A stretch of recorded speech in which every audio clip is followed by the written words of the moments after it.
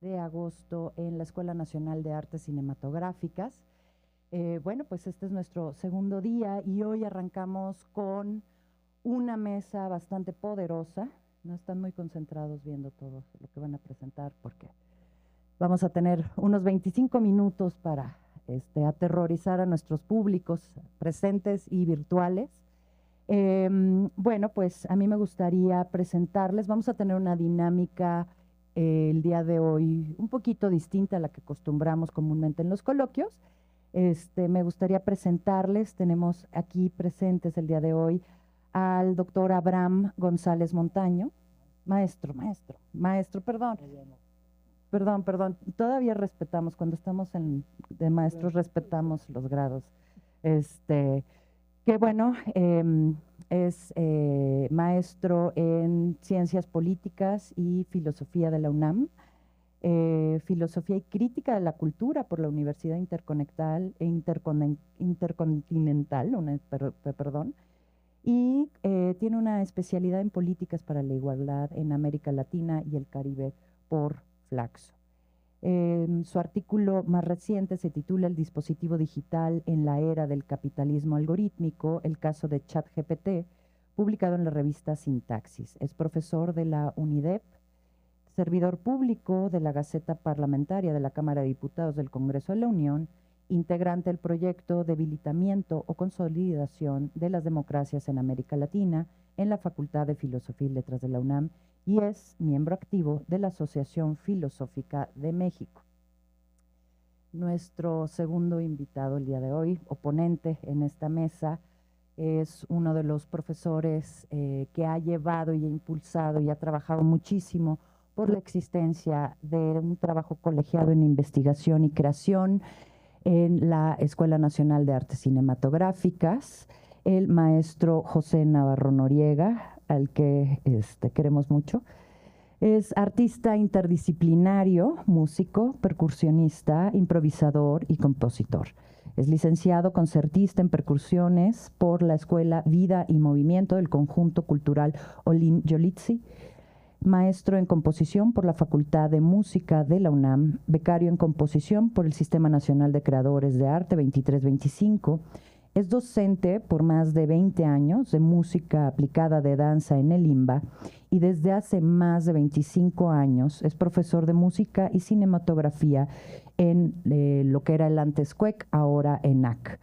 Durante, en este tiempo y durante los últimos, yo creo que más de 15 años, ¿no? Ha sido profesor investigador y ha presentado algunos proyectos de PAPINME bastante importantes y bastante interesantes que están modificando por completo las estructuras que tenemos de conocimiento acerca de lo que es la música en la propia cinematografía, utilizando los sistemas Dolby Atmos para poderlos llevar a cabo. Es miembro fundador del grupo Banda Elástica y fundador director del grupo de percusión y danza mexicana contemporánea con instrumentos mesoamericanos Lluvia de Palos, con los que se ha presentado en diversas ciudades de México, Perú, España, Noruega, Brasil, Canadá, Estados Unidos, Colombia, etc. Produjo el disco Pepe No Puedo. ¿Cómo?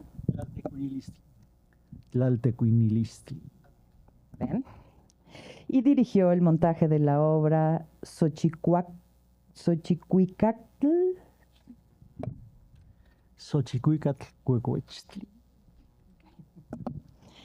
que es la primera ópera escrita en náhuatl. Bueno, pues aquí tienen porra, mi querido maestro Pepe, en esta escuela. Y por último, nuestros invitados tenemos al doctor, maestro también, maestro. Es que no nos pusieron los grados. Al maestro Jonathan Juárez Melgoza, que es maestro en filosofía por la Facultad de Filosofía y Letras de la UNAM, es académico de la Facultad de Filosofía, así como de la Facultad de Estudios Superiores de Aragón, donde imparte cursos en las licenciaturas de Sociología y Periodismo, y Comunicación, especialista en filosofía de la religión, es miembro del grupo de Religiosidad y Cultura. Ha publicado diversos artículos en los que podemos mencionar Cuando los muros hablan y Cine Ópera, Memoria y Resistencia de un Coloso, publicados en la revista Voces. Bueno, pues nos vamos a arrancar. Vamos a darle el tiempo a nuestros ponentes el día de hoy y terminando su ponencia vamos a tener y terminando cada una de las ponencias, vamos a darles 10 minutos para el interrogatorio del examen de candidatura de nuestros maestros por parte de nuestros públicos. Nos vamos a arrancar. Maestro Abraham, por favor, es todo suyo el micrófono. Gracias, buenas tardes a todas, a todos. Es un placer venir a este segundo encuentro, que también tuve el gusto de conocerles a muchas colegas y colegas el año pasado, hablando de Deleuze y la imagen. Hoy traje, y antes de seguir empezando, agradezco a la doctora Sonia, al doctor Isaí por las amables gentilezas que esto contrae, y yo quisiera empezar no refiriéndome a Deleuze. Deleuze siempre es un propósito para hablar cosas nuevas, y por eso yo quisiera hoy presentarles este encuentro, ¿no? Cuando las máquinas producen realidad, imágenes y simulacros. Y para empezar yo quisiera que viéramos diversas imágenes que van a encontrar acá atrás. Les presento a Aitana López, una influencer española muy conocida. Al momento tiene 324,000 seguidores. La patrocina una de las peluquerías más famosas de España. Gana en promedio 14,000 euros al mes. Aquí ni con el SNI. Y los gana sobre todo subiendo su vida a Instagram. Hace publicaciones en su página azul de contenido exclusivo, y recientemente abrió su canal en WhatsApp y en Telegram para que pues, sus fans la abordaran. Ahí está, en algún estadio español, en la peluquería que le representa, Longueras, y tiene un pequeño problema Aitana. No es su pelo rosa, ¿no? Es que es una creación algorítmica. Gana 14,000 euros, pero los que ganan esos 14,000 euros es la empresa que la producen, ¿no? Esta es una imagen muy famosa que circuló en redes el año pasado, del Papa con Flow. Esta también es una producción algorítmica. Sin embargo, la gente consideró que se veía muy bien. Y antes de que le dijeran que era creada por algoritmos, se creyó que el Papa pues, tenía ese flow. Obviamente por ser latinoamericano, ¿no?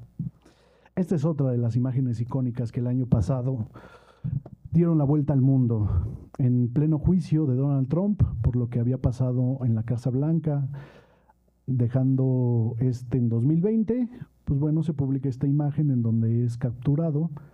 La mitad de los usuarios, según estadísticas, creyeron que era verdad en Twitter. Cosa que no pasó. Pero lástima que no se puede reproducir el video. No tengo internet. Ahí está. No. Yo quisiera que vieran este video. Es una de las... Bueno, esta también es una influencer. Pero el video anterior era la producción del primer video de la productora de ChatGPT, OpenAI, en un nuevo producto algorítmico que se llama Sora. Sora va a venir o viene a cambiar justamente cómo vemos las cosas mediante la producción algorítmica. Y lástima que no podemos ver el video porque se ve hiperrealista. Nosotros podemos comprobar que es una creación algorítmica por su fondo, por cómo caminan las personas, pero si la vemos directamente a ella, no podríamos distinguir entre lo que es real de lo que es la producción algorítmica. Y este es otro videito de otra influencer, Pellegrini. Tiene millones de seguidores en TikTok y también tiene un pequeñísimo problema. Es una creación algorítmica. De hecho, gana cientos de euros, igual que Aitana López.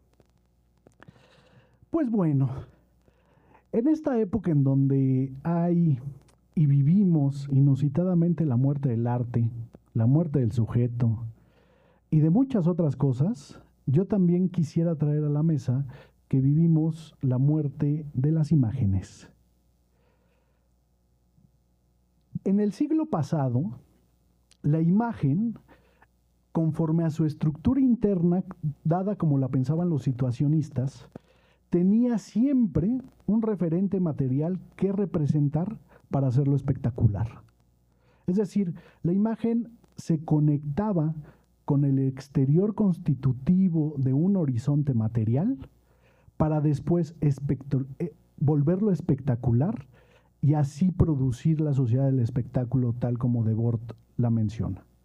Sin embargo, en la sociedad del capitalismo algorítmico, sostengo a partir de tres autores claves, ¿no?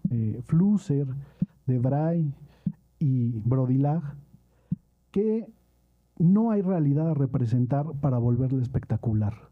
Todas las imágenes que vimos, Aitana López, Pellegrini, la producción de OpenAI, etcétera, no representan nada. Por eso yo digo que esas ya no son imágenes, son otra cosa, pero no son imágenes. Y esas cosas que ya no representan, ¿no?, se da a partir de un fenómeno peculiar, que hay algoritmos que producen lo real, donde las imágenes son sustituidas por simulacros. Los simulacros no tienen como objetivo tener un referente material a representar, sino producen su propio referente, ¿no? Son autopoéticos en sí mismos. Nacen y mueren con un simple fin: producir realidad. Ahora bien, todas esas imágenes podemos tener dos grandes consideraciones o dos maneras de entenderlas. Una es rebajarlas, creo que suena un poquito... Bueno, estas imágenes, que ya no son imágenes, podemos comprenderlas de dos maneras sumamente divergentes. La primera, rebajarlas a simples fake news o deepfakes, cosa que no les atribuye y no les hace justicia a lo que en verdad son estos productos. Porque rebajarlas a simples manifestaciones falsas de la realidad es quitarle su potencia como simulacros, de producir realidad. Y en ese mismo sentido, rebajarlas a deepfakes justamente significaría otra cosa, que no tienen un impacto en nuestra forma en la cual vivimos, coexistimos y nos relacionamos. Esta foto es muy famosa porque es una de las grandes protestas que diversas mujeres a lo largo del mundo empezaron a denunciar porque se les ponía su rostro a videos pornográficos para difamarlas. De hecho, el 93% de las deepfakes hoy en día son videos pornográficos, con caras que son suplantadas y se les ponen a esos videos con el afán de difamar a las mujeres. De hecho, aquí en México hubo un caso muy famoso del IPN, de un chico que desnudó con algoritmos a sus compañeras.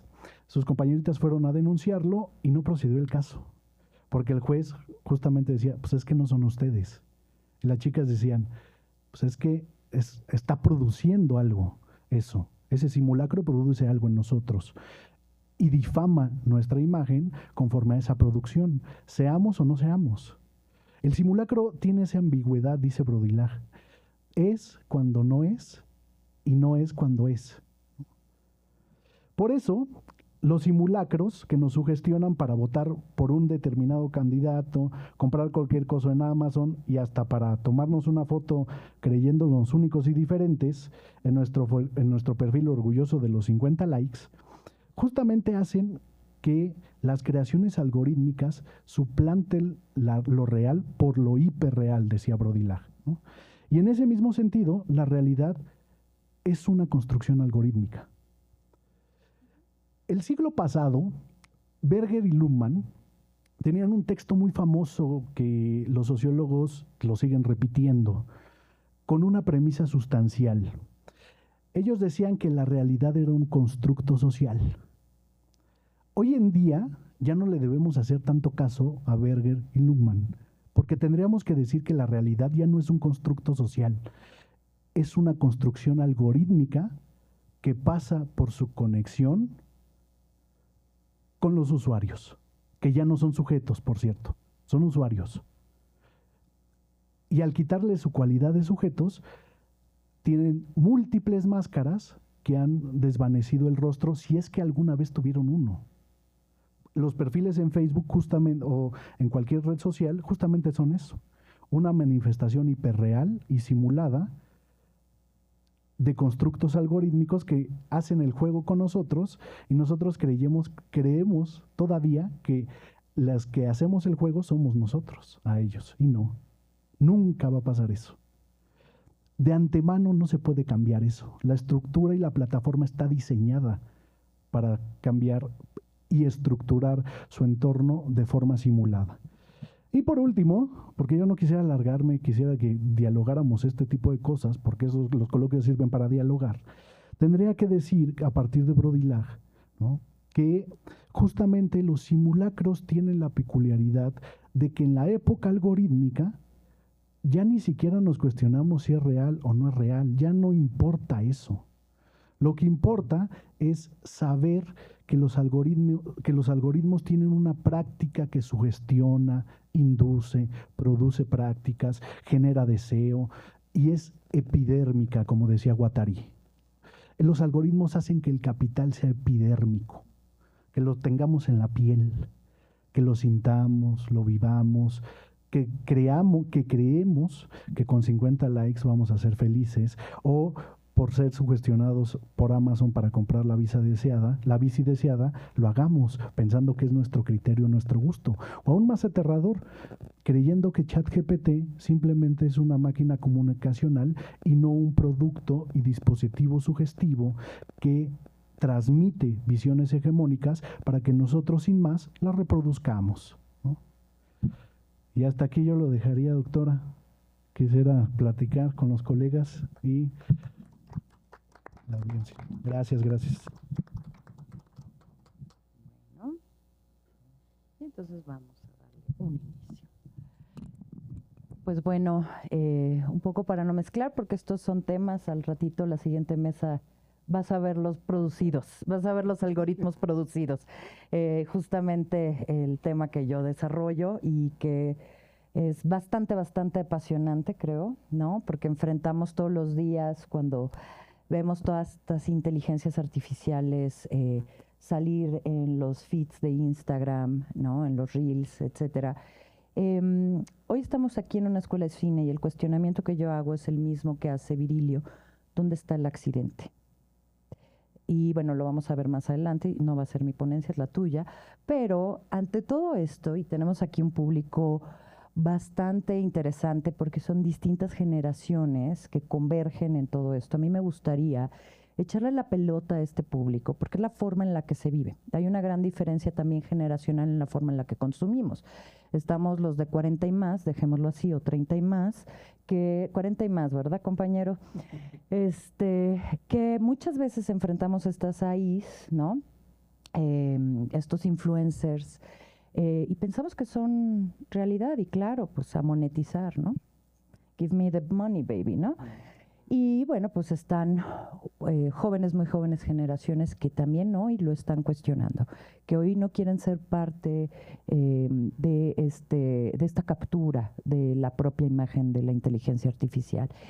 Entonces, en esta cuasi polarización de opiniones respecto a todas estos desarrollos que ha sido en menos de un año, tenemos una cantidad de plataformas de AI, de producción, que nos están completamente arrasando y también están arrasando muchos espacios laborales. Ya no necesitamos diseñadores, tenemos Canva, ya no necesitamos traductores, tenemos ChatGPT, ya no necesitamos filósofos, tenemos Perplexity. Pero en esto es lo que quiero aventarles la pelota a ustedes, y sí me gustaría llevarlos también hacia su propia experiencia. Entonces tenemos unos 20 minutitos y bueno, pues nuestros públicos sobre esto que vieron, qué preguntas, qué ideas, ¿Qué le echan ustedes? ¿Ahí? ¿No? ¿Tú vas? Sí. Si quieres, ¿tú vas a preguntar? No, lo agarré para pasárselo al público. Sí. Pero también quiero, pero... Sí, ¿no quieres tú primero? Ok. Digo, una duda, ¿no? Sé que esto lo hemos discutido en otras ocasiones. De repente el planteamiento es brutal, ¿no? Es como muy grande. Lo llevas a nivel de realidad y, digamos, Baudrillard, me parece muy bien. Pero pareciera que la idea de realidad pues, es toda, ¿no? Pero cuando llegas al capitalismo, ahí parece que se sale, ¿no? Entonces, pareciera que todo es capturado por el algoritmo, menos que el capital, que es el que captura al algoritmo. ¿Lo estoy entendiendo bien? Es más o menos así. Lo único que está fuera de esta algoritmización del mundo es el capital. Digo, Sandra nos va a hablar más al rato de ese tema y yo por la noche estaré hablando bien de los algoritmos. Yo soy entusiasta. Ustedes son muy críticos. Ustedes son muy críticos. Yo soy pro algoritmo. Pero entonces, eso, o sea, no sé si estoy entendiendo bien entonces la apuesta. O sea, todo el algoritmo algoritmiza el mundo, solamente el capital no, porque el capital es el que le da al algoritmo. Eso es más o menos por ahí, ¿lo estoy entendiendo bien? Ahí está aprendiendo. ¿Usted qué opina, doctora? Yo lo he escuchado. Pues es que el algoritmo es el capital. Exacto, yo también veo como una continuación. El capitalismo gore, salvaje, liberal, neoliberal, como el capitalismo de plataforma, el capitalismo es algoritmo. Sí, o sea, yo creo que revoluciona los mecanismos básicos de reproducción del capital, porque no es lo mismo tener un referente material como una mercancía para después generar ganancias que tener datos. Porque datos los tenemos todos en cada momento. Desde que está haciendo la transmisión en streaming la compañera, la ENAC publicándola en YouTube, todos ustedes trayendo su celular en el bolsillo, generamos datos. Y esos dinamizan y aperturan un nuevo horizonte para el capital, ¿no? Yo creo que en algún punto tendríamos que revalorar aún la pregunta de si el capitalismo no está muerto y están haciendo algo nuevo con la sociedad algorítmica. Yo diría también un tecnocapitalismo, ¿no? Que ya no es el capitalismo tal cual, ¿no? Porque la cadena cambia. Ahora es capital, datos, dinero, más datos, y así cambia, al infinito. Sí, que eso Sí. replica, Isa. No, digo que no, cada quien tiene sus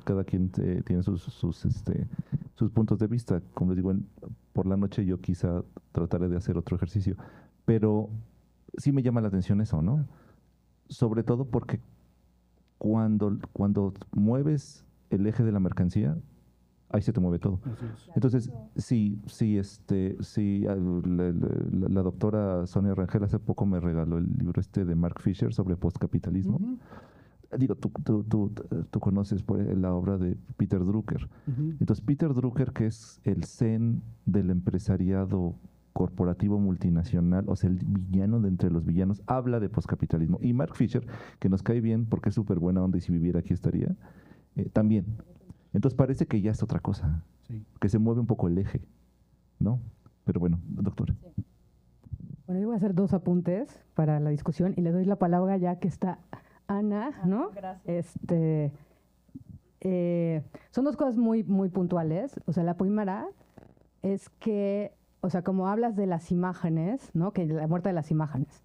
Entonces, creo que habría que hacerle o sea, como precisar, porque más bien sería la muerte de las imágenes como representación. Así es. Sí. Y porque un poco lo que te diría Flusser es que por primera vez a partir de que tenemos imágenes técnicas o imágenes digitales, es que la imagen se vuelve imagen y por eso ya no está anclada la representación y por eso tiene carácter autopoyético y por eso, ¿no?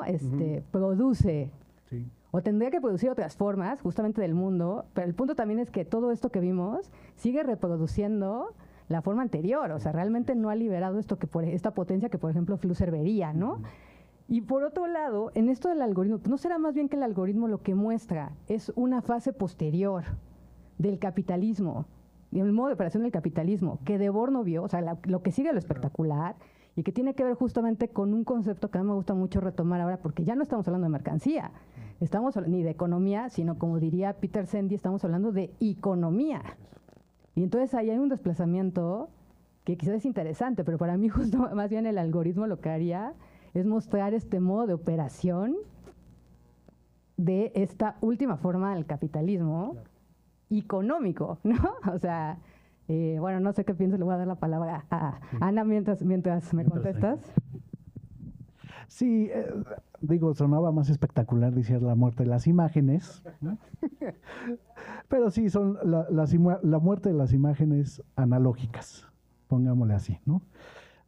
Que nacen las imágenes digitales, que justamente Brodila, como 2 décadas antes que Flusser, ya lo veía, ¿no? Y veía también una transformación fundamental en la mercancía, porque la mercancía ya no solamente, hoy en día las mercancías no están sujetas a su materialidad y valor de uso tal cual, están sujetas a un valor de deseo. Es como Mad Men, ¿no? Este vato, el publicista, ¿no? Lo que hace no es vender la Coca-Cola por los atributos de valor de uso que trae, sino por lo que puede generar en cuestión de deseo. Y ahí la imagen cambia. Ahí hay un trastocamiento fundamental de la imagen analógica.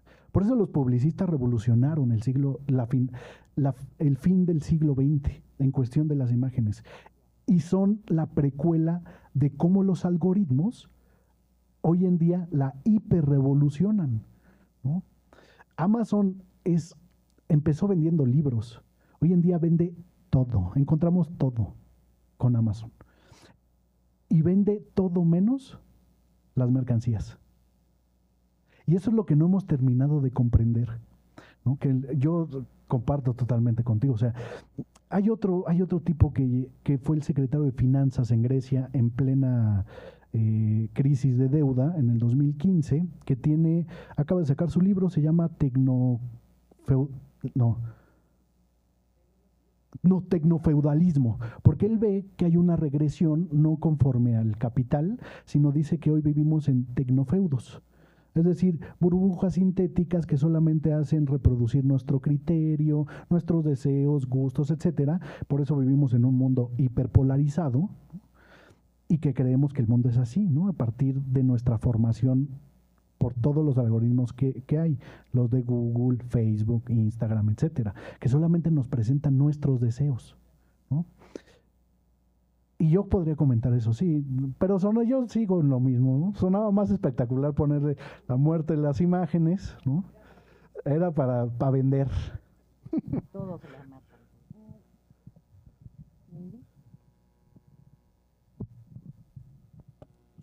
Ya. Pues yo solo quería como también de alguna manera brindar a la mesa la teoría del Internet muerto, de esta parte de que ya los algoritmos no son ni siquiera como, ¿cómo se dice?, como enfocados por y para los humanos, sino para las máquinas propias. Entonces, pues yo igual creo que, o sea, ya es un momento de que los mismos simulacros son por y para las propias máquinas y para los propios bots, que ya son los que pues son la mayor población en el Internet. Pues por lo que yo creo que en algún momento tendrá que suceder que haya como una revolución de retomar y reapropiarnos el Internet, ¿no? Para los humanos, o algún tipo de, pues no sé, purga, ¿no? De bots del Internet, porque pues si no, estas representaciones yo siento que se van a terminar, o simulacros, alejando tanto de pues del deseo humano o de la, ¿cómo se dice?, como aspiración humana, que ya ni siquiera van a poder atraer como la visión humana, ¿no? O ya ni siquiera van a poder ser efectivos. Entonces, pues ese era como mi primer como comentario. Y lo segundo que quería decir era que también supongo que en algún momento, o sea, no sé, yo he sentido que la manera en la que nos vamos a reapropiar de las imágenes, pues va a ser siendo también, creando también representación del simulacro, ¿no? O sea, siento que al final del día la inteligencia artificial también puede abrir como panoramas de movimiento, de imágenes, o sea, no sé, de formas que nosotros como humanos no teníamos como a la mano.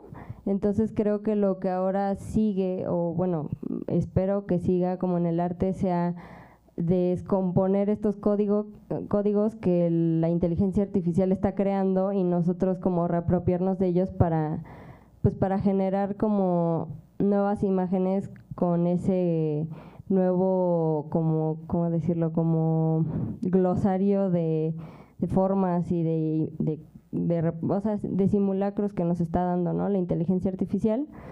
Y ya por último también quería decir que lo que me parece curioso de esta parte como capitalista que mencionan es que o sea, en su naturaleza pues justamente el capitalismo pues es materialista, ¿no? Y ya en este momento pues ya es pues, o sea, ya es todo tan virtual o tan digital, que ya más bien yo creo que lo que se va a volver revolucionario o se va a volver anticapitalista justo es lo material, ¿no? Entonces creo que eso es un poco a lo que también el arte se tiene que ir acercando, a generar más cosas materiales, más experiencias sensoriales justamente, y no solo en la representación, ¿no? Porque pues la representación ya es lo que nos van a dar las máquinas, entonces más bien nosotros tenemos que aprovechar esa cualidad que nosotros tenemos de los otros sentidos que todavía no se ha avanzado en la parte digital, ¿no? Yo creo que hay que ponernos truchas justamente en este momento a partir del contenido sugerido. El único país que tiene la posibilidad de que sus plataformas deshabiliten la opción de contenido sugerido, paradójicamente, es China. Tienes que hacer un rollo en el celular, pero China es el único que puedes tú quitar el contenido sugerido algorítmicamente. Quitando el contenido sugerido algorítmicamente y añadido a la opción de que no recopilen tus datos, ahí tenemos un arma fundamental que podríamos plasmar en una legislación. La legislación de este año, de hace un mes, de la Unión Europea, es chafísima.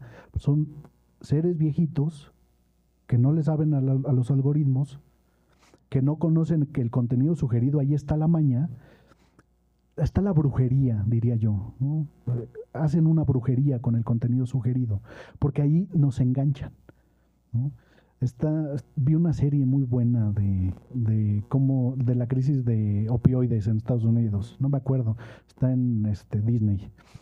Justamente eso hacen las redes con el contenido sugerido, engancharnos y que no salgamos. En promedio aquí, si ustedes sacan su celular, pasarán 4 horas. Países como Asia pasarán 8 horas en promedio delante de una pantalla. ¿Cómo uno puede superar eso? Más que exigiendo que se elimine el contenido sugerido, porque le quitas la potestad de los datos a las plataformas y empiezas a pensar un universo nuevo de experimentación dentro de esas plataformas. Pero las plataformas nunca van a poder pasar eso y nunca van a querer hacerlo. Las 10 empresas con más valor, todas manejan datos. Todas. Y eso no va a pasar. Digo, podremos vernos buena ondita, pero yo soy al estilo Foucault. Hay que pensar lo que hay con lo que tenemos. Porque imaginarlo de buena ondita, pues no nos va a salvar y no nos va a eludir de las funciones reales que hoy tienen repercusión en nuestro universo experimental. Y al analizar eso es cuando tenemos la posibilidad de conocer su verdadero funcionamiento y tratar de hacerle la jugada al mismo sistema. Porque salirnos de la jugada del sistema no es salirnos de las plataformas, ¿eh? O sea, ya no podemos regresar a una etapa lúdica de eso, ¿no? Tenemos que usarlas. Y a partir de ahí encontraremos las salidas, como dirá Deleuze, ¿no? Pero bueno, yo diré eso para ya cerrar esta parte. Maestro. Allá arriba. Tenemos dos más. A ver, les paso micrófono. Y no sé quién se quedó. ¿Tú? ¿Ya ves? Te pasó lo mismo que ayer. A mí. Faltan 5 minutitos. ¿Tenemos 5 minutitos todavía? Quizá es una pregunta un poco obvia, pero ya decías como ya no hay sujetos sino usuarios. Entonces, ¿qué está pasando con el conocimiento? ¿O cómo sería esta relación con cómo nos estamos relacionando con las nuevas producciones de conocimiento y con las preexistentes? Esa es una gran pregunta porque fue uno de mis planteamientos en el artículo de ChatGPT. Nuestra forma de relacionarnos con el conocimiento es autorreferencial. Leemos lo que nos gusta, consumimos información que nos parece más indicada a partir de esos gustos y después el truco es que la máquina empieza a modificar nuestros gustos pensando que es una modificación propia y ahí hay una confabulación interesante, podríamos decirlo. Ya no la máquina es extensión y continuación de nosotros, sino nosotros somos la extensión y continuación de la máquina algorítmica. Exacto. Estamos reproduciendo lógicas hegemónicas en una circularidad insalvable. Es como decía Flusser, ¿no? Nosotros nos parecemos a las imágenes y las imágenes quieren parecernos a nosotros, etcétera, etcétera, etcétera, ¿no? Y esa es una frase encantadora porque refleja esa forma circular en donde no hay salida. Bueno. Es como cuando abres la puerta de tu casa y enfrente de ti tienes toda la información y ya no necesitas salir. Y hay una gran diferencia entre quien sí sale y utiliza el Google en todo su esplendor, que es también un proceso de aprendizaje y desarrollo que tienen, o sea, hay que también ubicarlo en generaciones, y hay quienes nunca, o sea, abren la puerta y lo primero que les caiga. Entonces, o sea, tienes las opciones, o sea, no te las han quitado, pero sí es completamente circular, es una burbuja. Allá atrás teníamos otra pregunta.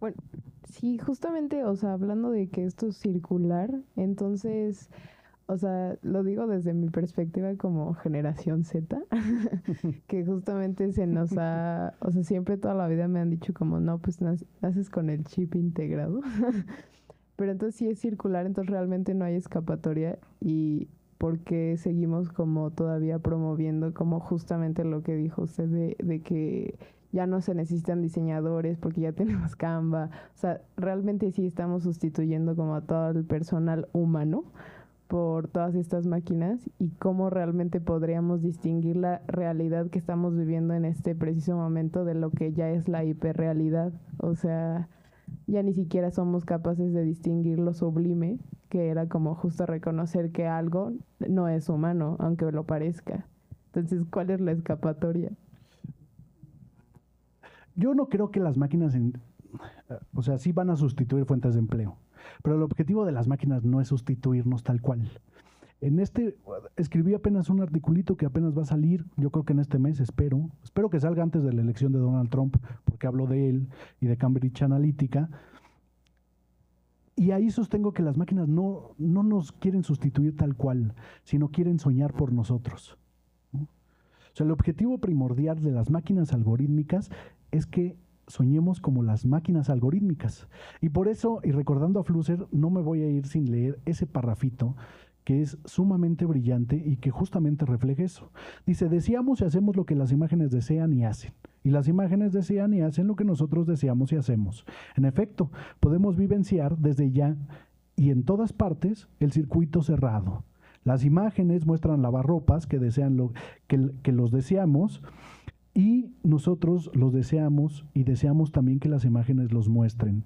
Las imágenes muestran partidos políticos que desean que elijamos entre ellos, y nosotros deseamos elegir y deseamos también que las imágenes los muestren. Las imágenes muestran determinados comportamientos amorosos consumidores que desean que los signos, y nosotros deseamos seguirlos y deseamos también que las imágenes los muestren. El circuito cerrado no hay otro circuito posible en la lógica algorítmica más que el circuito cerrado. Y en ese mismo sentido, pensar la escapatoria en ello resultará fundamental cuando comprendamos cómo funcionan. Y al comprender cómo funcionan mediante contenido sugestivo, ahí es donde lo agarramos el problema de forma central, porque el objetivo primordial son los datos y su procesamiento algorítmico. Es como decían estos economistas, premio Nobel. Y ya, vámonos. El algoritmo. Pero no, vámonos. Seguiremos platicando de ello. Bueno, pues creo que es un tema que nos incumbe a todos. Aquí salieron varias cosas por si alguien quiere hacer una tesis de investigación. Rapidísimo. El tiempo en pantalla, la realidad de lo que vivimos en tiempo en pantalla, de la tokenización a lo corpóreo, que ahí por ahí está Ana, puede hacer una gran tesis al respecto, sobre la legislación y las legislaciones, que estamos perdidos y más aquí en México, que siguen pensando que las AIs no existen, y sobre todo en esta escuela, y bueno, pues todo el tema del Big Data, entre otras cosas. Así que, bueno, yo quiero darle ahora y agradecerte muchísimo porque es un tema que nos importa y nos interviene, sobre todo aquellos que son creadores audiovisuales. Y mientras Pepe se conecta a la máquina, listo. Ahora sí, mi querido Pepe, somos todos tuyos. Esta ya está, ¿no? Ah, mira. Bueno, pues buenos días a todos, a todas.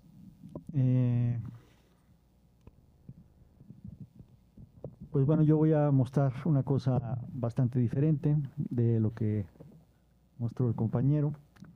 Hace un año tuvimos aquí un coloquio de cine y artes vivas, en donde presentamos una propuesta de trabajo, que es lo que les quiero mostrar ahora. En ese momento capturamos, registramos una parte de lo que se hizo aquí. Y es parte de una manera que estamos teniendo de tratar de impulsar, por un lado como un proyecto personal, pero también aquí en la escuela, una manera de acercarnos a otras aproximaciones al cine. Entonces, bueno, ahorita les voy a contar de dónde viene el asunto. Hace algunos años yo encontré buscando unas imágenes, me habían hablado de un grupo que tenía unas imágenes muy interesantes, y buscando unas imágenes para usarlas para una puesta en escena posible, me encontré con que ese grupo tenía cerca de 500 videos subidos en su página de Vimeo. Entonces empecé a buscar imágenes ahí, encontramos unas interesantes y de pronto vi un nombre en náhuatl y le piqué a ese video. Y para mi sorpresa, pues traía mi música, la música del grupo. Seguí buscando, encontré otro título en náhuatl, le piqué y también traía mi música. Cuando encontré el tercer video que tenía mi música, dije, ay, ¿qué está pasando? Lo comenté con algunas gentes y me dijeron, no, hay que demandarlos, están abusando de tu música, etcétera. Pero bueno, a mí lo que me pasó fue que me dio un enorme gusto porque me encantaba el trabajo que tienen ellos y cómo estaban usando mi música.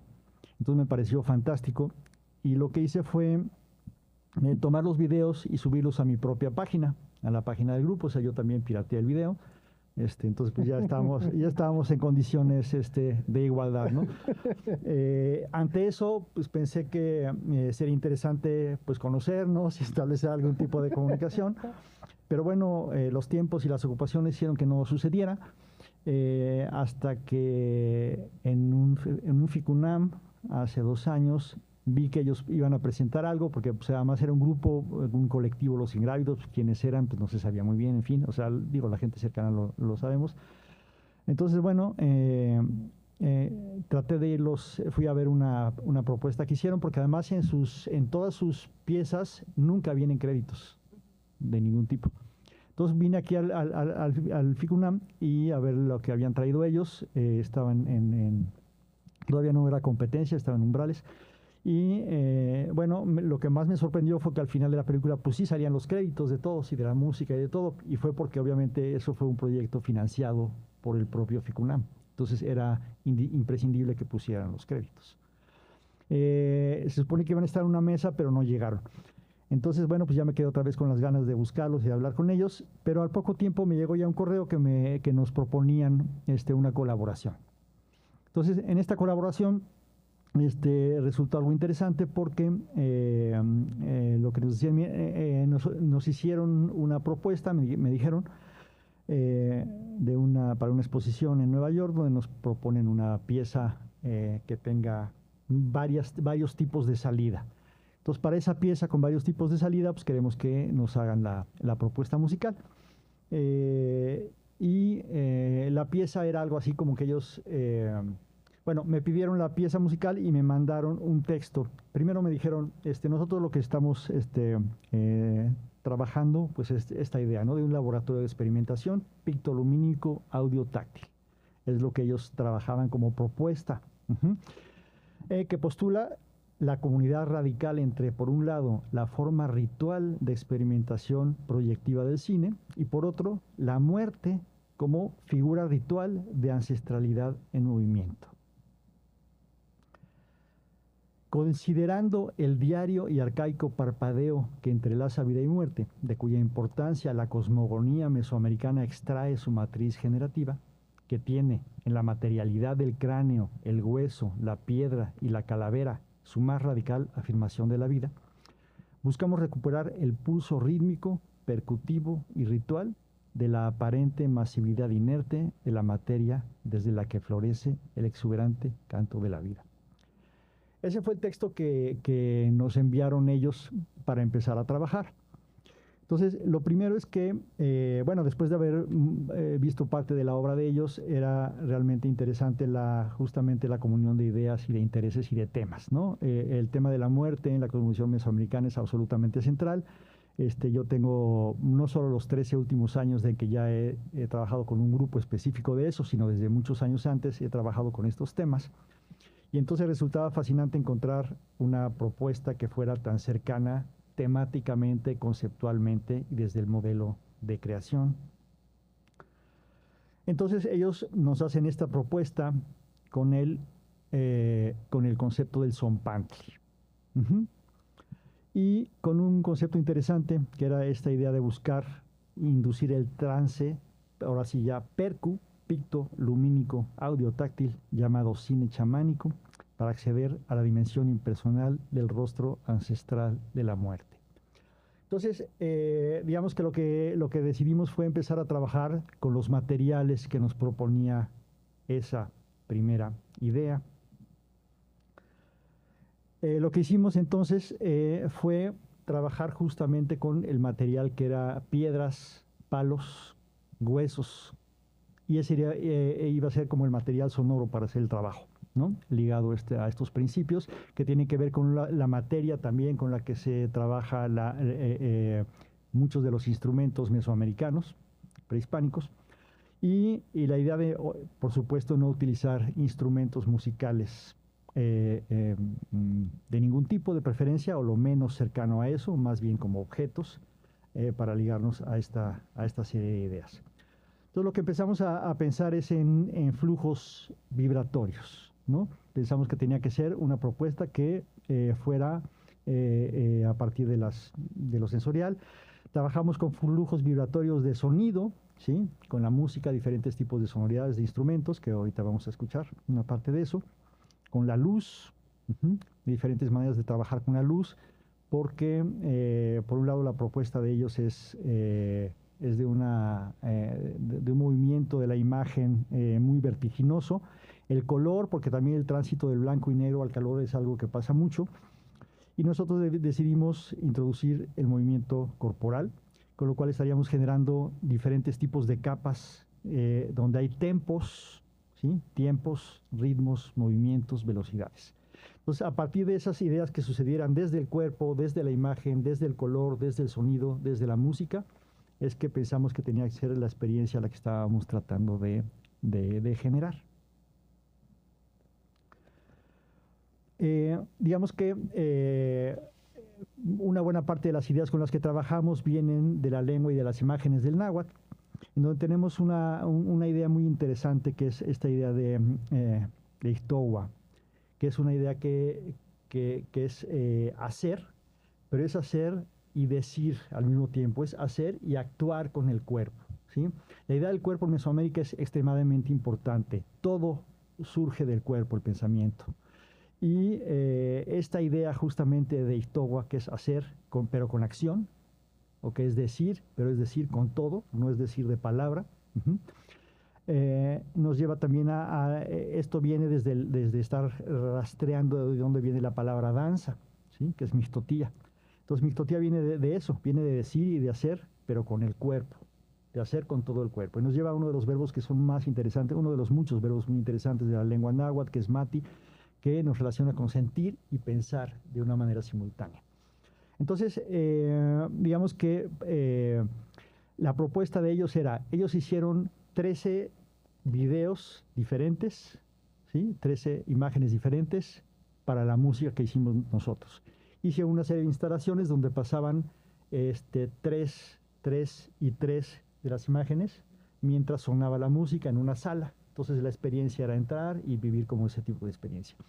Y después de eso lo que hicieron fue que algunas de esas propuestas las hicieron película y las mandaron a festivales diferentes. Entonces una de ellas fue Xiutecutli, que en el 23 mandaron al festival de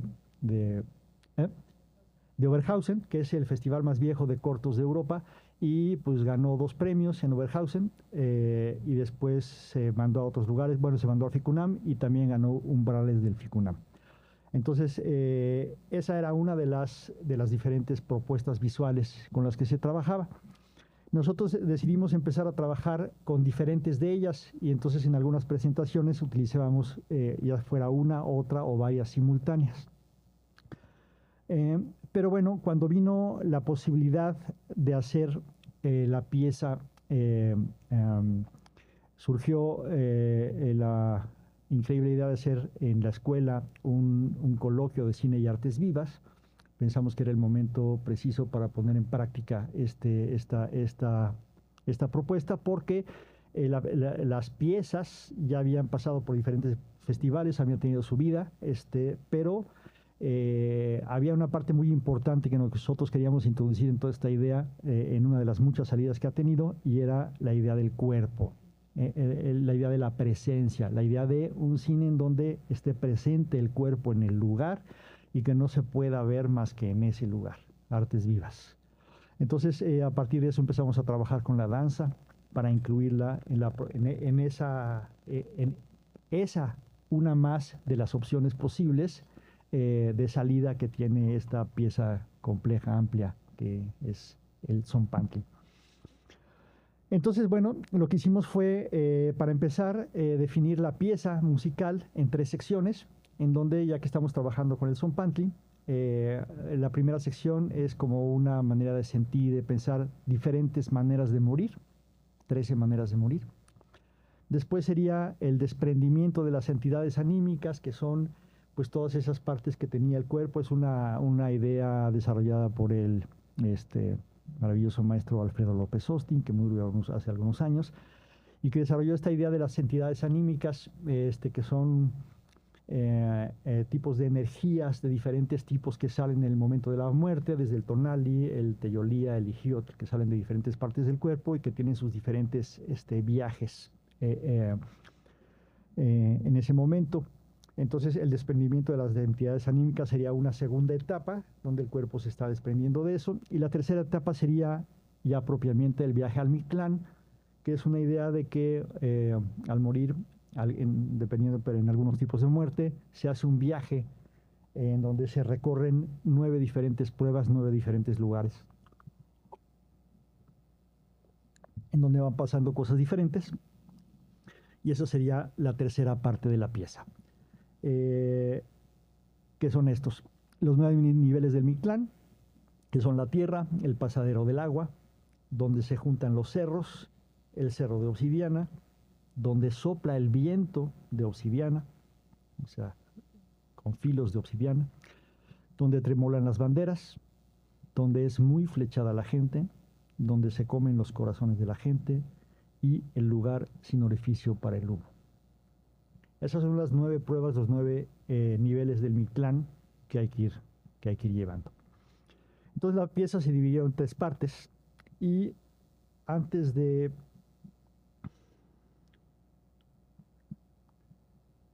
hablarles de lo que sigue, les voy a poner un poquito de ejemplo de lo que fue esto.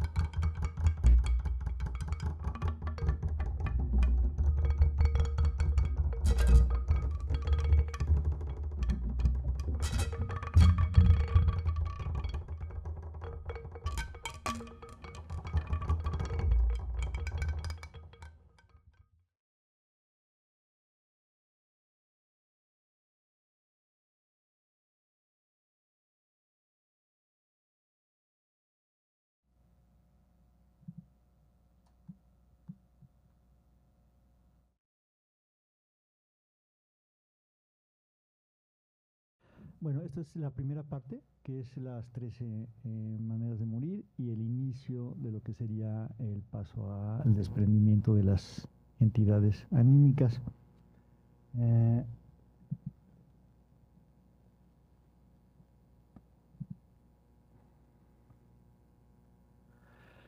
A todo esto, lo que decidimos para trabajar la danza, primero, bueno, hay que decir, ahorita vamos a ir a eso, desde qué lenguaje de trabajo del cuerpo estamos trabajando, pero antes de eso les diría que lo que decidimos fue generar una serie de propuestas de conceptos que la bailarina estaría trabajando durante la presentación. La idea era que ella se sube al escenario, recibe la música, recibe la imagen sobre su cuerpo y a partir de eso ella reacciona a partir de unos cuantos conceptos, unas cuantas ideas que nosotros definimos, que son estas que tenemos acá. Y de manera no cronológica, no lineal, ella va recorriendo tanto maneras de morir como momentos de desprendimiento de sus entidades anímicas, como al final las diferentes pruebas al pasar por el viaje al Mictlán. Entonces, algunas de las acciones básicas que definimos a partir de este tipo de temas son estas,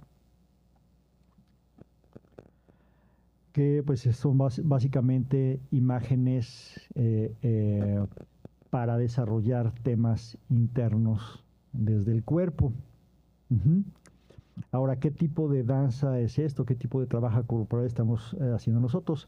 Desde hace muchos años hemos encontrado que el lenguaje, digamos, o la práctica más cercana de trabajo corporal es la danza Buto. Desde hace muchos años el entrenamiento que ha tenido el grupo está orientado hacia ese tipo de danza o de teatro o de expresión, es toda una discusión, en donde tenemos, por ejemplo, que el creador del Ankoku Buto, el más importante, Tatsumi Jikata, proponía la idea de que el Buto es un cadáver parado, derecho, en una apuesta desesperada por la vida.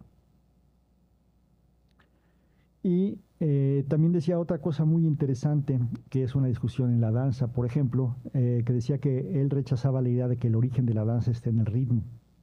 Decía que los gestos están mucho antes, ¿sí? Como en los niños, ¿sí? Y por eso ninguna técnica debe presidir la danza que busca el origen, ¿sí? Porque hay muchas otras danzas que buscan otras cosas. Pero la danza que buscan ellos y con la que estamos también trabajando nosotros es una danza que busca el origen. Y Min Tanaka, otro de los enormes, no sé si llamarlos hacedores de esa práctica, decía esta maravilla que dice: no bailo una danza que pertenezca a este mundo, bailo la danza que recuerda el cuerpo. La propuesta para esa danza es que tiene que salir en el momento y tratar de olvidar todo, y el cuerpo mismo tendría que ser el que reacciona, el que regresa, el que hace el movimiento a partir de su propio origen.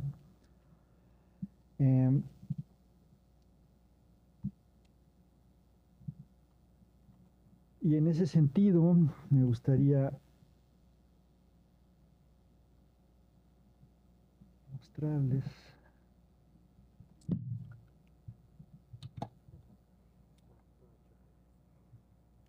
esto que también decía Min Tanaka.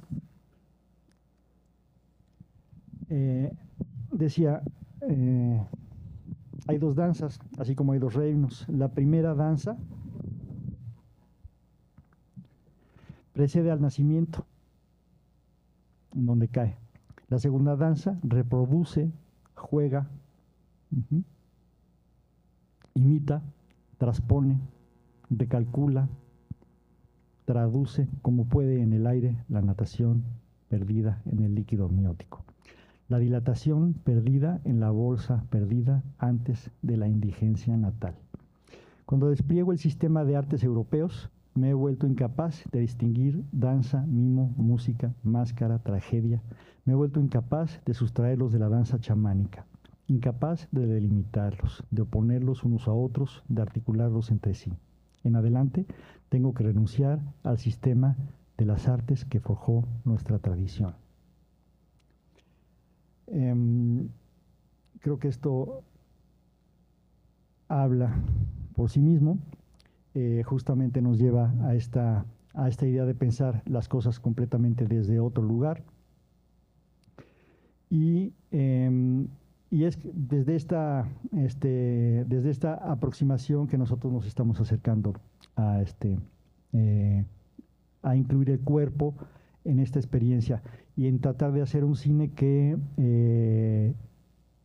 nos obligue a la presencialidad, nos obliga a la presencialidad del cuerpo y a que sea lo sensible y no necesariamente los conceptos y las palabras lo que lleve lo más importante. Y bueno, creo que ya con eso es suficiente porque ya es mucho tiempo y me gustaría si hay algún comentario por ahí. Bueno, quedaron los 25 exactos y tenemos 5 minutitos para preguntas, agradecimientos, participación. ¿Alguien por acá? Si no, te damos esos 5 minutos, Pepe, hasta que suene el reloj. Allá estamos, perfecto. La bailarina.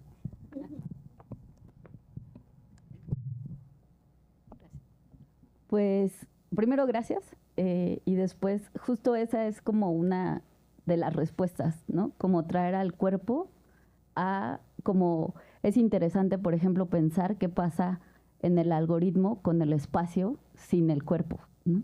Como que hay algo de ancestral también en el cuerpo que indica o es como un indicio de ir hacia lo que nos acaban de presentar, ¿no? Que es como, además de lo ancestral, también esta cuestión del espacio y el tiempo atravesando, porque es como esto que decía, no bailo una danza que pertenezca a este mundo, bailo a la danza que recuerda el cuerpo. Entonces estamos olvidando al cuerpo y sería interesante justo hacer ese puente entre un cambio, bueno, no sé si un puente, pero como una manera de entender al mundo donde no hay como esta manera de sujeto-objeto todo el tiempo, sino que hubiera como más bien una especie de, no sé bien cómo decirlo, pero como un momento que creo que tiene que ver con lo chamánico, donde hay una experiencia que no tiene que ver con ser un cuerpo aparte de lo, como del todo, ¿no?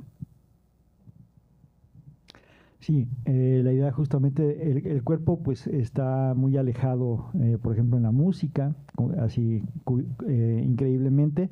Se trabaja poquísimo con el cuerpo de los músicos. Si uno está interesado, pues tiene que hacer un trabajo aparte. Por supuesto que eso no sucede en las escuelas en general. Ese vínculo hay que construirlo. Y bueno, el cine es un poco también el extremo de eso. Entonces, justo cómo darle presencia al cuerpo. Claro que hay cine, y lo hemos discutido. Bueno, por cierto que estos textos son de Quiñar, perdón, antes de que vaya a ser antes de que te regañe. Sí, entonces, ese fantástico libro de Orígenes de la Danza de Quiñar es una joya absoluta, entre otras cosas, porque además es alguien que se ve que conoció a los butocas más importantes, habla mucho de Yicata, de Mintanaka, de Carlota Ikeda. Entonces, bueno, pues es fascinante y muchas de las ideas, justo estas ideas de que en el origen de la danza está la inmovilidad, está la quietud y está la oscuridad. De ahí parte la danza, desde ahí empezamos. Entonces, esos son como joyas que vienen en ese increíble texto, que es con el que decidí dialogar para esta plática. Pero bueno, entonces la ausencia del cuerpo es enorme, y aunque hay cine que trabaja mucho con el cuerpo, se habló de Margarida, ayer hablamos de Margarida Duras, se habló de Denis, se habló de varias gentes que trabajan mucho con la experiencia corporal. También hay mucho cine oriental que trabaja con eso, pero en realidad como la parte de la práctica del cuerpo, en la presencia, en el momento, fuera de la pantalla, es como una cosa distinta que estamos tratando de hacer para que haya un cine que sea distinto. Entonces, bueno, la presencia del cuerpo es la parte esencial de nuestro trabajo y pues creo que es la parte que hace la diferencia en este tipo de propuesta. Tenemos 2 minutos todavía con Pepe. Acá teníamos a ¿quién? Ah, aquí.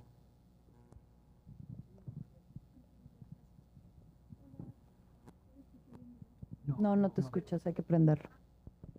Listo, ahora ya. Ahora, muchas gracias a todos. Ha sido muy genial poder escucharlos y un poco intentando vincular la discusión que se tenía en la mesa pasada y lo que ahora nos ha expuesto el maestro José y lo que mencionaba la compañera con respecto a si en este tema del algoritmo y la tecnología más bien se desprecia el cuerpo y más bien se olvida el cuerpo. Yo pienso que esa es una parte, pero también existe esta otra parte en la que la tecnología también podría ayudarnos al igual que otros medios y otras vías, como lo puede ser la meditación o las drogas o cierto tipo de cosas, podría ayudarnos también a ampliar las posibilidades del cuerpo y a liberar un poco estas limitaciones del cuerpo. Estoy pensando en el caso muy específico de esta mujer coreógrafa española, Mun Rivas, que ha mandado implantarse un microchip en los pies que está anclado a su vez al Sismológico Internacional, de tal forma que ella hace presentaciones de danza con base en los movimientos de la Tierra. Y también su amigo Neil Harbisson, que se ha implantado, ya saben, la antena en la cabeza y puede escuchar los colores y demás.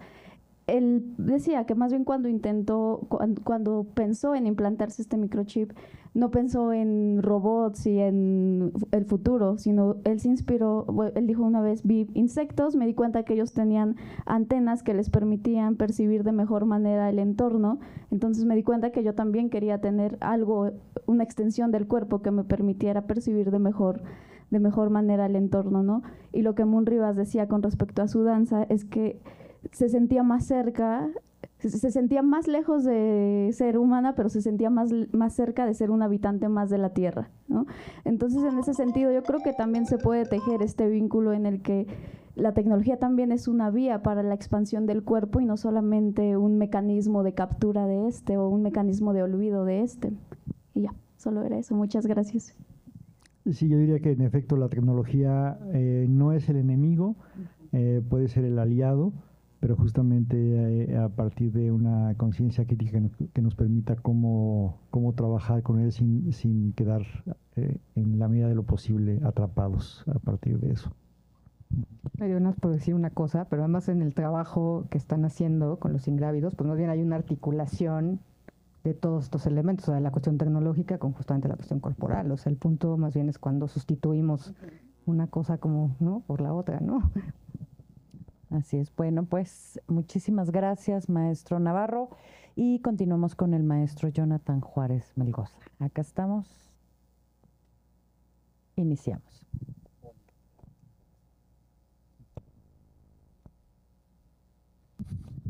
Hola, ¿cómo están? Bueno, pues muchísimas gracias a Sonia, a Isaí por la invitación. Para mí es un honor estar aquí. Además, es una escuela muy, muy importante, muy querida, además que tiene mucha proyección y que me parece que tiene para una gran cantidad de posibilidades. Pues había preparado algo de texto, pero en realidad veo que sería como muy acartonado, así que trataré de hacer algo campechano respecto a ello. Y pues entonces pues iré entre leyendo y comentando. Bueno, siguiendo esta idea, aprovechando que es un coloquio que además se genera a partir de Robert Deleuze, pues esta idea de cómo el cine es capaz de producir conceptos en una dinámica no insistente en las formas de la forma del mantenimiento conceptual tradicional, pues habría que pensar en diferentes fenómenos, y uno de ellos, que fue para el que me invitaron, tendría que ver con, además, un segmento de la cultura que es notablemente tradicional, es decir, la religión. Y desde ahí me gustaría ir platicando un poco en torno a todo ello, ¿no? Cómo se pueden ir generando por un lado, tal vez nuevas formas de espiritualidad o tal vez, como todavía nos mantenemos en la figura representativa, pero a partir de los conceptos más tradicionales de la fenomenología de la religión. Y bueno, a propósito de ello, perdón, yo también soy obsesivo con el tiempo, ya. A propósito de ello, 28. Perfecto. O sea, la relación entre cine y religión, pues es una de esas cosas, una de esas tentaciones bastante sólidas que hacen muy común el cómo se ha expuesto a algunas de estas situaciones. Digo, voy a poner antecedentes más menos que incluso son muy didácticos a la hora de dar clases. Por ejemplo, la famosísima alegoría de la caverna de Platón, donde parecería que es muy notable que se está hablando de un proceso que hoy en día comprendemos muchísimo mejor gracias al aparato fílmico, ¿no? A la transmisión fílmica, ¿no? Que esta nos permite conocer de manera imágenes y sonidos. Les leo un fragmentito. A ver. Gracias, ahora sí. Ya Platón señaló aspectos epistemológicos a través de una narración que tiene una enorme semejanza con la experiencia fílmica, la alegoría de la caverna. En esta alegoría, un conjunto de sujetos eran sometidos a la manifestación de imágenes ficcionales que asumían como si de algo verdadero se tratara. Un conjunto de espectros danzaban ante la mirada y oído del espectador. Sin embargo, poco o nulo conocimiento ofrecían a éste. El ateniense, muy comprometido con la verdad epistémica, no podía sino rechazar esta situación. Por ello, no había motivo para aceptar semejante danza y su rechazo fue inminente. Difícilmente, por tanto, sería invitar al filósofo griego a disfrutar una tarde en el cine. Mucho se asemejaría a este antro pétreo en el cual se deleitan quienes gozan de la marcha de las sombras de las ideas. Saltando un poco más adelante, el filósofo George Berkeley señalaba a Dios como una naturaleza capaz de generar un conjunto de percepciones a cada ente, gracias a la cual podía experimentarse el mundo. De esa forma, Dios es asumido como un cácaro, cuyos espectadores percibían la realidad gracias a la gran sala que es la creación misma. De forma radical, el mundo se convirtió en un conjunto de percepciones, de tal manera que ser era ser percibido. Y bueno, hay un montón de referencias que podremos ir poniendo a ello. Yo me acercaré a una en particular que tiene diferentes posibilidades de ser entendida, que es a partir de la fenomenología, que particularmente en el caso de la fenomenología de la religión, acepta un poco de este filósofo alemán Edmund Husserl y otro poco no lo toma mucho en cuenta. En esta perspectiva fenomenológica se puede encontrar como una serie de fenómenos son enarbolados, aceptados por una conciencia que le da una intencionalidad. Por ello, una de las formas más didácticamente comunes en la fenomenología es la sala de cine, donde cuando se asiste, los fenómenos, las experiencias solo cobran sentido si uno acepta el pacto que está teniendo de una vez que se cierran las puertas y el film empieza a proyectarse. Fuera de ello, solo tenemos la figura del aguafiestas, quien pregunta quién es ese o qué hilo tan falso puede verse en todo ello. Bien, y ya entrando al tema de la fenomenología de la religión. En ella podemos encontrar que hay una relación bastante notable de una serie de fenómenos a los cuales la conciencia le da una aceptación, le da una afirmación y le da una solidez notable a los diferentes fenómenos. Mircea Eliade, Rudolf Otto señalan que hay una paradoja notable que existe en toda hierofanía, y esta es que es del todo inmanente, son solamente expresiones visibles, montajes, etcétera, y que sin embargo para el creyente cobran cierta relevancia. El mismo árbol con el cual alguna tribu celebra su fecha de importante es el mismo con el que IKEA puede convertirlo en una sala de manera elegante. Bueno, y entonces el manejo del cine, insisto, al recuperar la transmisión de dimensiones sensoriales y experiencias puede ser empalmado con la situación.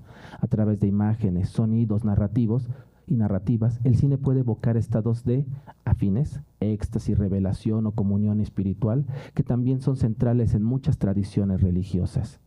Por ello, la manera en que se captan puede ser desde la forma de la vida cotidiana, es decir, cualquiera conoce un loquito del centro que llega y te dice, hey, Cristo viene el día de hoy, hey, el momento de arrepentirse viene en este instante, o bien puede ser un santo que, cual Ángela de Foligno, se encuentra en el éxtasis místico en el cual Dios le ha tocado. Y bueno, entonces, a partir de ello, me gustaría ser fiel a una tradición muy común en las perspectivas de la fenomenología de la religión y que hemos heredado de Emile Durkheim: distinguir entre el rito y el mito, a saber, la práctica y el contenido narrativo desde el cual lo estamos viendo las cosas. Bueno, debido al poco tiempo no podremos hacer como un desglose así como muy notable, y sin embargo, pues trataremos de ir aventurando algunas notas en torno a ello, porque además traigo algunas imagencitas para presentar algo de esto. Bueno, algunas escenas que podemos encontrar aquí. Por un lado, las narrativas fenomenológicas de la religión, a saber, las míticas, van señalando una orientación de los eventos, van indicándole al espectador, a saber, el diferente conjunto de creyentes que viven esta noción, cuál es la orientación de todo ello. Van generando y enarbolando eventos a manera de una trama en la cual dioses, héroes y pruebas van a explicar desde un origen, un propósito y un destino de lo existente. En ese sentido, y solo con una analogía de Salva Veritate, ambos generan cosmovisiones diegéticamente coherentes que responden a preguntas sobre la existencia de sus personajes, el valor de sus fundamentos o la justificación de sus actos. En ese sentido, ofrecen un marco narrativo que ayuda al espectador a interpretar y darle el sentido a sus vidas y al destino de algunos desafíos que enfrentan. Por ello es muy común que en las clases de ética te pongan, sí, no tengo nada que dar, película. Y entonces esto también tiene algunas consecuencias, pero bueno, no podremos irlas llevando por allá. Y hablemos de categorías muy básicas dentro del fenómeno religioso, a saber, dentro de la tradición de la fenomenología, un aspecto que no es tan importante, y eso es muy extraño, es Dios. Porque una gran cantidad de tradiciones religiosas incluso pueden prescindir de él con una facilidad notable. Hay un conjunto de religiones, si es que se le puede llamar así, puesto que hay ciertos requisitos para algunos credos, que fácilmente podríamos encontrarla como religiones ateas. Y entonces, ¿cuál es el epicentro de lo religioso? En fenomenología de la religión, una palabra que se usa y enarbola con bastante ahínco es lo sagrado, que además tiene un valor sintáctico de adjetivo. Por lo tanto, puede implicársele a algún sujeto, a algún tiempo o algún momento, puede ser propio de algún objeto material, un lugar, unas piedras, e incluso el mismo adversario puede concebirse como algo sagrado. Se tratará, en términos de fenomenología de la religión, de solamente una fuerza poderosa y que se manifiesta a través de los diferentes eventos. Por ello, la palabra hierofanía que señala Eliade es muy importante, puesto que los objetos sagrados no solo están en la parte del topos y peruranos, están en los diferentes elementos del mundo. Se manifiestan, diría Eliade, y esa es la acepción más clara de hierofanía. ¿Y cómo se manifiesta esto? Insisto, como una fuerza poderosa. La verdad es que lo que voy a hacer aquí a continuación es un ejercicio sumamente aleatorio, porque un montón de películas podrían haber explicado esto, y sin embargo, lo voy a hacer de algunas que a mí me gustan y les ofrezco una disculpa si en algún momento o no les gustan o les spoilerean algo, porque además voy a poner finales. Y entonces, esta yo que tal vez sí la conocen. En El Ángel Exterminador, una vez que han podido salir los invitados a un festín del cual una fuerza no los podía mantener en la parte exterior, ni permitía que nadie ingresara, análogamente, al concluir dicho evento, celebran una misa. Las palabras son notables, son elegantes y todo ello, y sin embargo, a la hora en que ellos intentan salir, tampoco les es posible. Y podemos verlo, ¿no? Las personas que están ahí, muy agradecidas, estuvieron bastantes días ahí encerrados. Vean su cara de alegría. Una medida de una fuerza, de una manifestación que incluso sin ser vista se manifiesta. Todos y cada una de las personas que asisten a este lugar están intentando salir sin ningún éxito y sin embargo no pueden saber por qué. Incluso las personas que, deseosas de ver a sus familiares, temerosas que algo les sucede, no puede ni siquiera ingresar a este lugar. Ese es el tipo de fuerza que implica y que Rudolf Otto va a calificar como un misterium tremendo y fascinante. Misterio en tanto que no aplica una fuerza causal, no aplica una condición de si yo hago B, entonces y naturalmente pasará C. Se trata de una situación donde podrá haber muchas cosas como respuesta, e incluso los religiosos lo saben. Santa Teresa de Ávila dice a las monjas que se encuentran ahí, pues hagan esto, hermanas mías, aunque nada les garantiza éxito, o viceversa. Aquella persona que, siendo pecaminosa, siendo viciosa, puede ser colmada por las mieles de su figura sagrada en turno. Y esto, y la definición que les dije de Otto, me gusta desglosarla también en 2 palabras. Es un mysterium, tremendum y fascinante. Y la siguiente palabra con la que quiero jugar es tremendo, que viene de la acepción de tremor, de aquello que causa pasmo. E insisto, lo causa porque es de tal naturaleza, de tal fuerza, que puede aniquilarme y aniquilar a quien sea de este cosmos. Siempre pienso en Azatoth cuando digo eso, con una facilidad tal que es inevitable sentir un pasmo de ¿y si hace cualquier movimiento podrá destruirme? Si tiene tal fuerza, ¿podría pactar conmigo y cumplir y tendría consecuencias? Y la realidad es que no. Ya sea el Dios más bello y más hermoso de toda la tradición judio-cristiana o el diablo más terrorífico, en cualquiera de los dos hay un pasmo que siente el creyente, pues sabe que se encuentra ante una fuerza terrible, excesiva.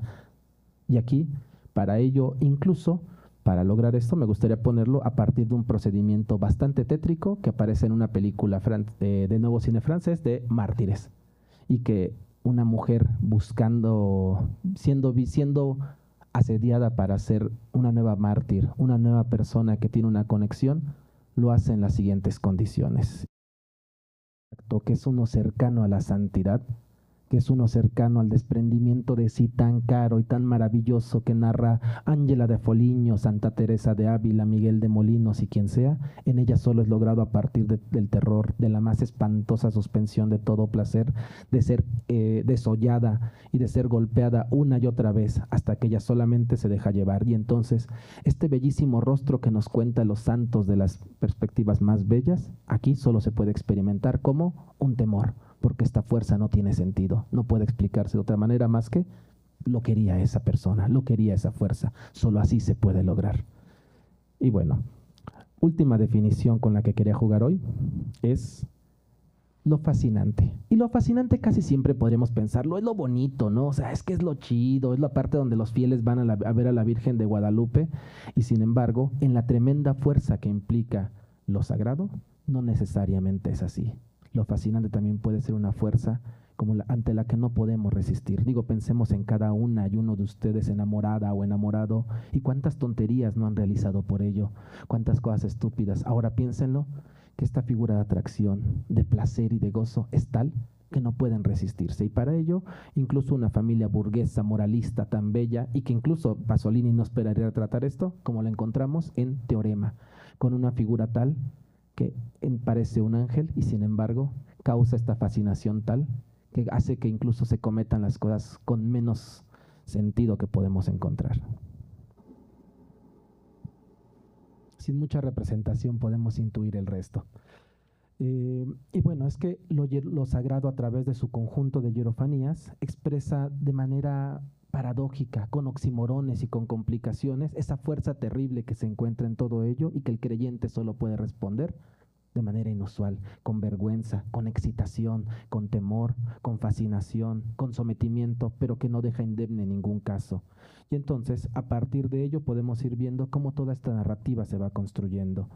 Y sin embargo, debido a esa situación, no ha sido un objeto menor en este conjunto de la cultura y sus disputas. Y ya para terminar y darles paso a un poco de preguntas, bueno, me gustaría poner una situación mucho más interesante, ¿no? Su recepción en 2 niveles, en la recepción para los creyentes desde la institución y un poquito desde el creador.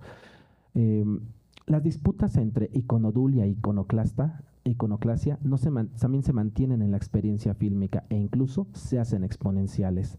Las mismas dificultades de expresar aquella fuerza poderosa que implica lo sagrado se vuelven radicalmente notables en el cine. Por ello, podemos recordar que desde inicios del siglo II existió una fuerte disputa ante la imposibilidad de expresar o manifestar lo sagrado, y esto también se traspasa al terreno del cine. Durante los primeros años del cristianismo del siglo XX, bajo el papado de Pío X, se mostró una marcada desconfianza hacia el cine, considerándolo un medio potencialmente peligroso, coincidiendo con que Pío X era bastante mochito. Bueno, y él era, digo, casi todos los grupos de derecha cristiana católica tienen el nombre de San Pío X, para que se den una idea. Conocido por su rigidez doctrinal y su fuerte combate contra el modernismo teológico, fue uno de los principales líderes religiosos en condenar las proyecciones cinematográficas, temiendo los encuentros oscuros, y lo pone así, entre hombres y mujeres en salas de cine. En correspondencia, prohibió a sus clérigos asistir a las películas e incluso vetó su uso para propósitos incluso educativos o religiosos. Más adelante, Pío XI, un poquito más flexible, que tampoco mucho, señalaba: en nuestra época ha crecido la necesidad de extrema vigilancia, sobre todo por obra de una impía literatura obscena vendida a bajo precio y diabólicamente propagada por los espectáculos cinematográficos, que ofrecen a los espectadores sin distinción toda clase de representaciones, y últimamente también por las emisiones radiofónicas que multiplican y facilitan toda clase de lecturas. Y entonces, esto se trata de una situación donde la misma institución vuelve a tomar ello. No será hasta 1955 cuando el Papa Pío XII va a tratar de modificar ello entonces les digo el texto. Perdón, nuevamente es Pío X, perdón. En su vigilante cura, donde va a señalar que exhortan a todos los obispos de los países donde se producen películas cinematográficas que influyan paternalmente sobre aquellos católicos que tienen una participación en esta industria, que piensen seriamente en sus deberes y en las responsabilidades que tienen como hijos de la Iglesia al usar de su influencia y de su autoridad para que las películas que producen o aquellas a cuya producción cooperen sean conformes a los principios de la sana moralidad. Bueno, ahí se los dejo de tarea. Y bueno, tengo más ejemplos en el Islam y en el judaísmo, que ya no me alcanzará el tiempo, pero lo interesante es aquí esta es una de las recepciones, la forma que podemos identificar cómo hay una todavía aceptación de la masa y de la multiplicación de la recepción que puede verse ahí. Y finalmente me gustaría tocar un asunto que ya mencionaré por encimita para no violar los tiempos, que es: ¿y si la promesa de la religión cristiana tradicional de ser como dioses la logramos a través del cine? Pensemos un asunto que es muy notable. Jean-Paul Sartre, en uno de sus ejercicios donde hacía pensar la muerte de los demás, tu propia muerte, se daba cuenta que al final en tu conciencia era un ejercicio de inmortalidad, porque al fin y al cabo tú seguías vivo. Y si después de ver Apocalipsis, después de ver destrucciones, después de ver las grandes destrucciones del mundo, seguimos ahí, eso no solamente lo logra el espectador, sino que el propio director tiene control sobre ello. Y en ese sentido, uno de los grandes logros que tiene el cine es hacerles a ustedes, estudiantes de cine, volverse como dioses. Muchas gracias.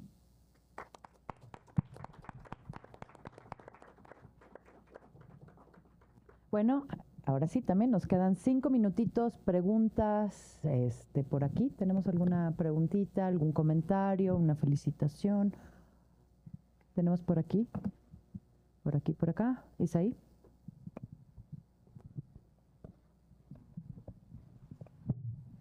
Muchas gracias, muchas gracias. Ahorita nos hablaste un poco de películas, pero en tu opinión, ¿tienes algún director favorito cuya obra, digamos, refleje algunas de estas ideas, no sé si todas o algunas, que nos has planteado? O sea, sí, pero decir Tarkovsky siempre es como muy pedante, ¿no? O sea, porque en realidad sí me agrada mucho. También Pasolini, pero además me interesa mucho la forma de Pasolini porque deja ver un asunto que es muy notable en las tradiciones religiosas, y es que esas le hablan a un mundo. O sea, pensar que estas se aíslan en las capillitas y no, en realidad cuando están haciendo, el caso de Teorema me parece muy ejemplar, pero también el Evangelio de San Mateo, por ejemplo, o incluso Lars von Trier, que me parece que otro lugar donde en Rompiendo las olas se encuentra la experiencia del sometimiento tal que no puede ser discutida, o en Anticristo, por ejemplo, me parece uno de esos lugares donde a mí me parece como óptimo para pensar todo ello. Y eso tiene que ver con mostrar esa fuerza que no te permite repensar, lo que te obliga a sentir e incluso a utilizar tu cuerpo a uso y semejanza de lo que implicaría algunas tradiciones. Y eso es como se le dé la rechingada gana a lo sagrado. ¿Alguien más por acá? ¿Tenemos a alguien más? ¿Alguien más? ¿Alguien más? Bueno, pues sí, una mesa bastante interesante. Tuvimos de todo un poquito y un poquito de muchísimas cosas que podemos empezar a replantearnos, temas de futuro, temas de presente, sobre todo. Mi Foucault dice que es el presente. Una cuestión importante en esta mesa fue trabajar al lado de un proceso creativo. Durante mucho tiempo hemos separado lo que es la parte de la investigación, el pensamiento crítico de la creación. Y la idea de lo que es la investigación-creación es eso. Entonces, parte de lo que queda es acercarnos los investigadores a la parte de la creación-producción para entender también estos otros procesos que se viven, que el maestro Navarro nos pudo presentar, y nosotros también los creadores acercarnos a la parte de la investigación para ampliar un poco más estos referentes que los tenemos en la cabeza, pero que en muchas ocasiones no nombramos o no les damos sus respectivas menciones o citas. Entonces, creo que esto es un ejercicio que estamos haciendo, que se está haciendo también en muchas otras partes del mundo, y es importantísimo hacerlo aquí, ahora, en este espacio, en esta máxima casa de estudios. Les quiero agradecer muchísimo. Seguimos con la siguiente mesa. Agradecer a la ENAC por otorgarnos este espacio, y bueno, pues a todos los presentes que están aquí. Gracias, maestros. Gracias. Gracias. Muy buen spoiler. Muy buenos spoilers tuvimos el día de hoy. Muchísimas gracias.